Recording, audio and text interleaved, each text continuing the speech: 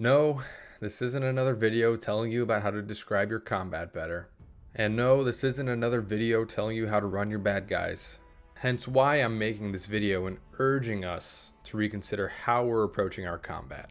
Now, have you ever approached one of your sessions like this? Okay, so the group is going to arrive at the ancient dwarven tomb of Thorgar Greyhammer at the start of our next session. What exactly is even going to be there besides the information that they're looking for? Probably some traps, and let's make them poison damage so they affect dwarves less. Probably some fake tombs to trick grave robbers. And last but not least, we'll need some combat, so let's just throw like a stone golem in there or something. Stop right there.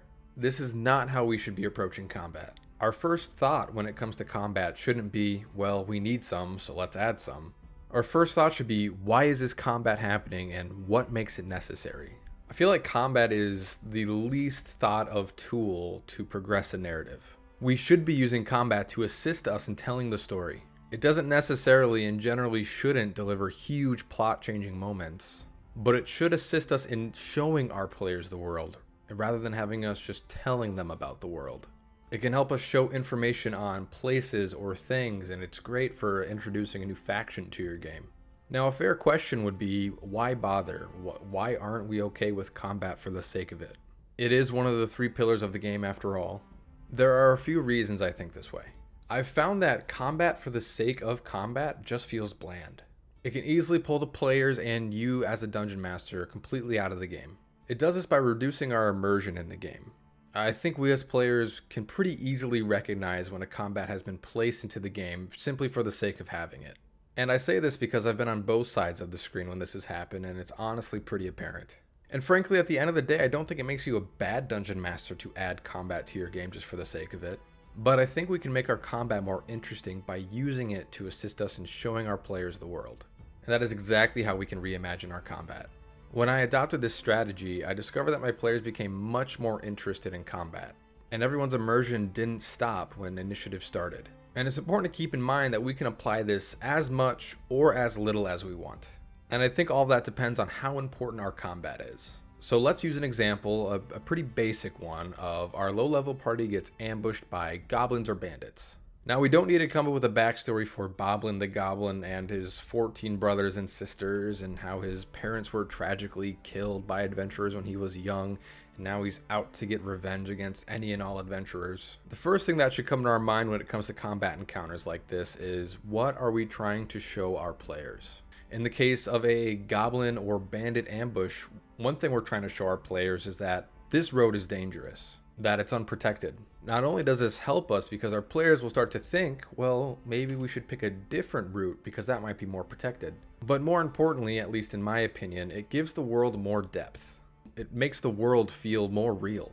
To what depths you go with this will depend on how important it is that you show your players something. For example, if we do just want to show that this part of the world is dangerous, when our party gets ambushed, we can have one of the bandits say, "You never should have came this way. We always have people watch this road. This is our territory." And that's really all it takes to show your players something about your world. It really doesn't take much thought process, just something very quick and easy. And it's already more interesting than just bandits attack because we need combat. So how do we take this same simple encounter and then bump it up a little bit to show more depth to our world? As I mentioned earlier, this is a great opportunity to show a new faction to our group. You could have each bandit maybe have a signet on them, or maybe they have a symbol on all of their clothing, or even they all have a matching tattoo. Maybe during the fight they'll threaten to bring the party back to their leader for questioning and interrogation. Or maybe they say something like, "Oh, my leader would love that expensive item or magic item that you have."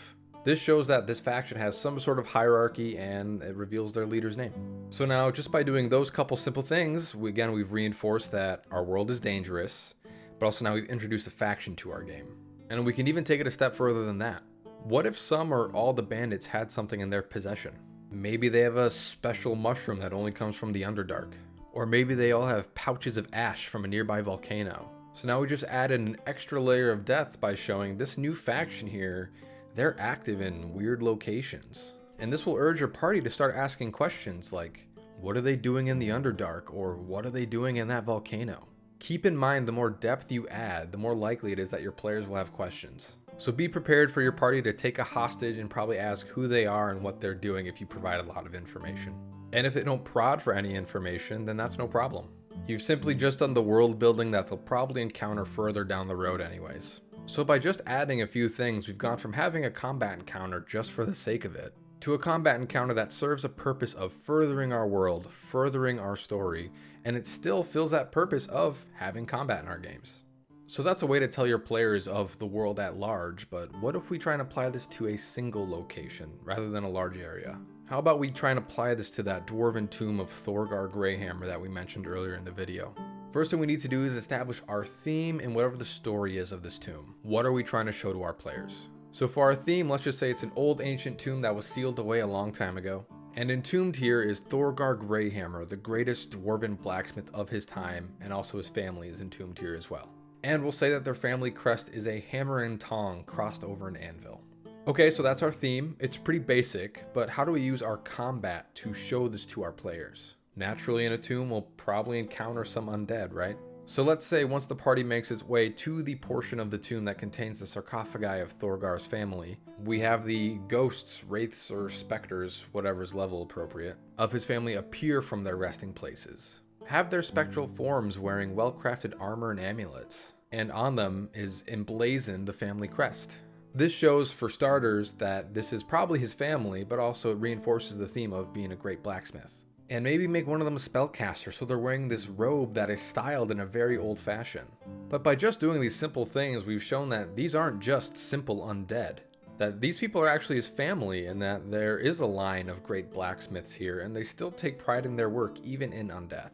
And by having that spellcasting wraith wearing an old style of robes, it also shows that these people have been dead for a long time, and that our tomb is ancient and old.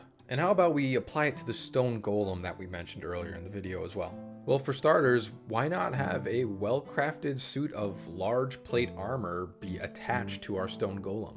On the armor is not only carved the family crest, but also when the stone golem activates, ancient dwarven runes begin to glow on the armor. Maybe make it so it's an old dwarven language that one of your dwarf characters might need to roll a history check to even understand. This not only shows the great blacksmith heritage of this family, but it also reinforces how old this tomb is. We can also do something similar with Thorgar Greyhammer's personal tomb, where his single sarcophagus lies. I think it would be really cool and thematic to have some of the armor and weapons that he crafted over his life hung up on racks in his tomb.